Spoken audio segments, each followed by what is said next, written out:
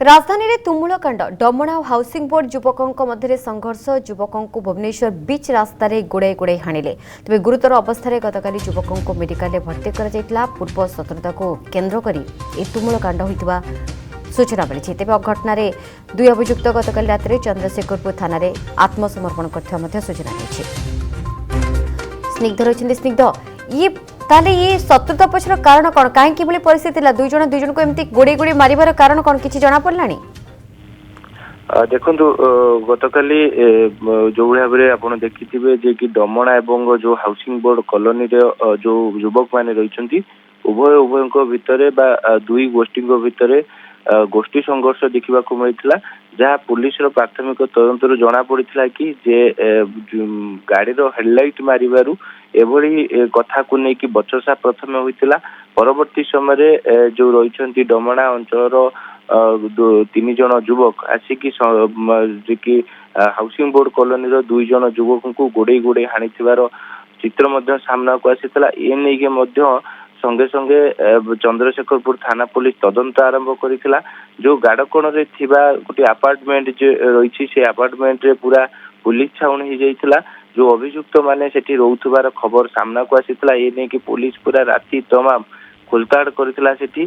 तेबे एई घटना रे दुई जन जो माने आक्रमण करिथिले बा अन्य एक गोष्ठी जे कि आत्मसमर्पण करिथिबा कथा थाना रे जहाँ खबर सामना को आसुची एने कि पुलिस एबे खोलताड़ करुछि। दुई जन जो आत्मसमर्पण करिसंती सेमानकर आपराधिक बैकग्राउंड मध्य चेक करा जाउछि। ता सहित पूर्वर मध्य जन को अटक रखिकी चंद्रशेखरपुर थाना पुलिस तदंत आरंभ करथिला।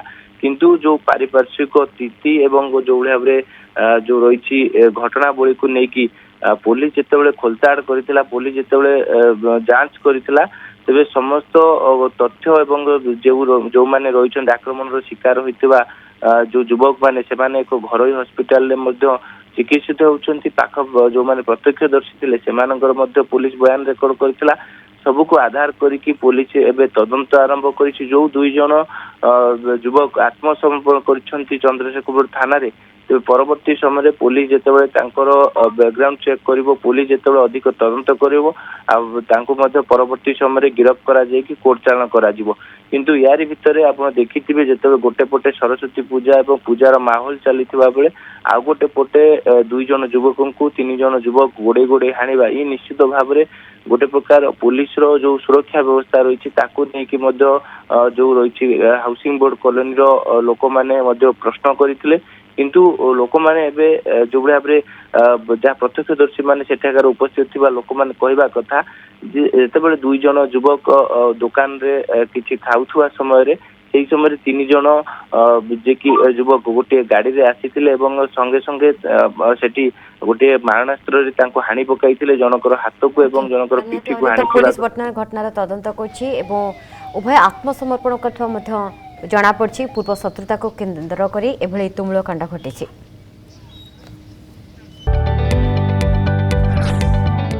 जदि आपंक आम भिडी भल लगा तेब आम चैनल को लाइक शेयर और सब्सक्राइब करने को जमा भी भूलु नहीं।